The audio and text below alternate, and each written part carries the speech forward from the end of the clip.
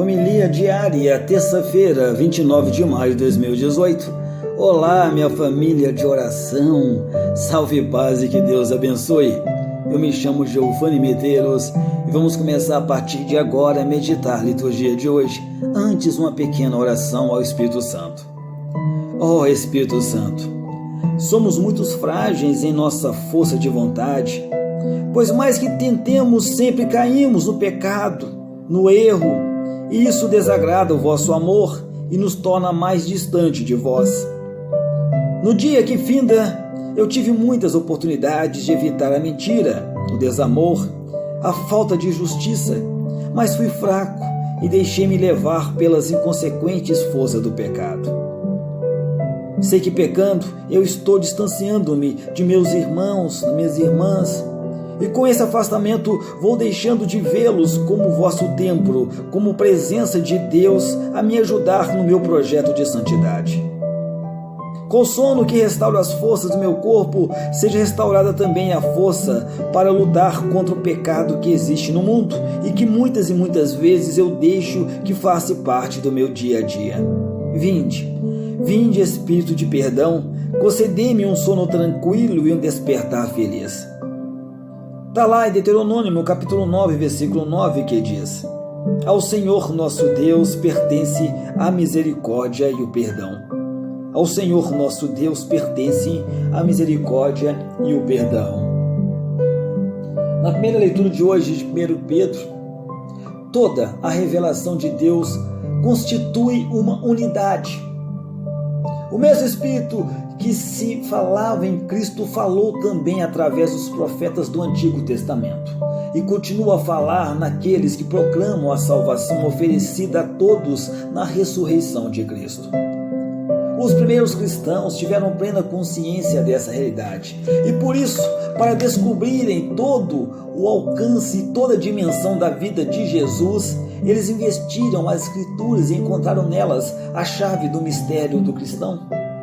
Iluminados sim pelo Espírito Santo, mandados sobre eles depois da ressurreição de Jesus, os pregadores cristãos, particularmente os evangelistas, descobriram essa chave e ofereceram-na aos leitores do Evangelho para os introduzir no mistério de Cristo. O Senhor ressuscitado, Ele está presente e atua na história para dar pleno cumprimento à obra da regeneração da humanidade realizada na ressurreição. A beleza deste anúncio, proclamado pelos arautos do Evangelho, provoca alegria e muita admiração entre os próprios anjos e leva os seus fiéis a viver em clima de Páscoa, isto é, de ânimo, preparado para servir e vivendo sempre com sobriedade. Estando vigilantes à espera da graça que lhes será dada lá na parousia, quando Jesus se manifestar na sua glória. Tendo passado da ignorância ao conhecimento de Deus, os discípulos de Jesus já não se podem conformar com os antigos desejos vãos, mas eles querem viver como filhos obedientes ao Pai, que os regenerou em Jesus e portando-se como santos. A vida de santidade é possível e quantos, tendo sido batizados, se tornaram participantes da vida de Cristo, da vida divina. No Evangelho de hoje de Marcos, o discurso de Jesus, depois do colóquio com o homem rico, deixou os discípulos apavoradíssimos. Pedro, toda palavra para tentar clarear a confusão que se abatera sobre todos. Que será de nós que deixaremos tudo e te seguimos? Jesus garante-lhes que Deus não se deixa vencer em generosidade. Acolherá na vida eterna aqueles que, deixando tudo, o seguem, mas também lhes permitem usufruir desde já da riqueza dos seus dons e esta com eles para os apoiar nessas perseguições que virão. Marcos faz uma lista detalhada dos bens que os discípulos podem desde já usufruir e concluir com a máxima sobre os primeiros e os últimos no reino. Está lá em Mateus capítulo 19, versículo 30, ou capítulo 20, versículo 26, ou Lucas capítulo 13, versículo 30. Há que estar atento contra as falsas seguranças e empenhar-se no permanente esforço de conversão. Meditação. A vida das comunidades que avançam pelos caminhos do Senhor, preanunciada pelos profetas e na qual os pregadores do Evangelho pedem presença, está permeada de alegrias e de muitos sofrimentos. É um caminho realmente de purificação, é um caminho de confiança. Jesus promete àqueles que o seguem não só a vida eterna no futuro, mas também desde já, agora, o cêntuplo das coisas deixadas com perseguições à mistura. A vocação cristã não é apenas renúncia, mas é um privilégio. Quem deixar casa, irmãos, irmãs, mãe, pai, filhos ou campos por minha causa e por causa do Evangelho, receberá 100 vezes mais agora, no tempo presente, em casas, irmãos, irmãs, mães, filhos e campos, juntamente com perseguições, e no tempo futuro, a vida eterna. O cêntuplo com perseguições, porque a terra ainda não é o céu. Que é a vida eterna prometida por Jesus? É aquela que se fala João quando escreve: esta é a vida eterna, que te conheçam a ti, único Deus verdadeiro, e a Jesus Cristo a quem tu enviastes. João 17, versículo 3. É uma vida que começa na fé e termina na visão.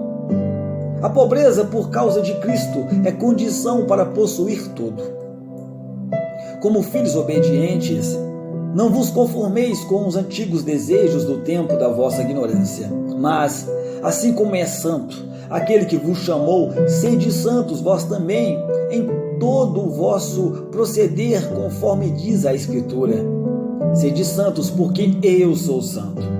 É Deus que nos chama à santidade. Mas, se nós não abrirmos a esse chamamento, não darão fruto das graças que diariamente recebemos de Deus com essa finalidade. E não nos pode tornar santos. A santidade é a finalidade para a qual tende a nossa cristã, toda a nossa vida religiosa. Com todos os nossos irmãos cristãos, nós somos levados a seguir os passos de Cristo para alcançar a santidade. Está lá em 1 Tessalonicenses capítulo 4, versículo 7. Para isto fostes chamados. O próprio Cristo sofreu por vós e deixou-vos um exemplo para seguirdes os seus passos. 1 Pedro capítulo 2, versículo 21. Radiada-se no batismo e na confirmação, a nossa vocação religiosa é um dom particular, em ordem à glória de Deus e para testemunhar o primado do reino, que é a Virgem Maria. Nos ajude. Amém. Oração. Senhor, faz-me compreender que a vida do reino não está privada de consolações dignas da minha condição humana. Viver em ti, que vives na tua igreja, é partilhar a tua condição de pedra angular, preciosa para o Pai, mas rejeitada pela humanidade. Viver em ti é beber o teu cálice, receber o teu batismo, participar da tua paixão, mas também, Senhor, participar da glória da sua ressurreição. Tudo depende do modo como acolho o teu mistério pascual, na sua totalidade, e me situo nele. Deste-nos 2 mãos, se numa escrever 0 e no outra 1, terei 1, ou terei 10, conforme aos colocar.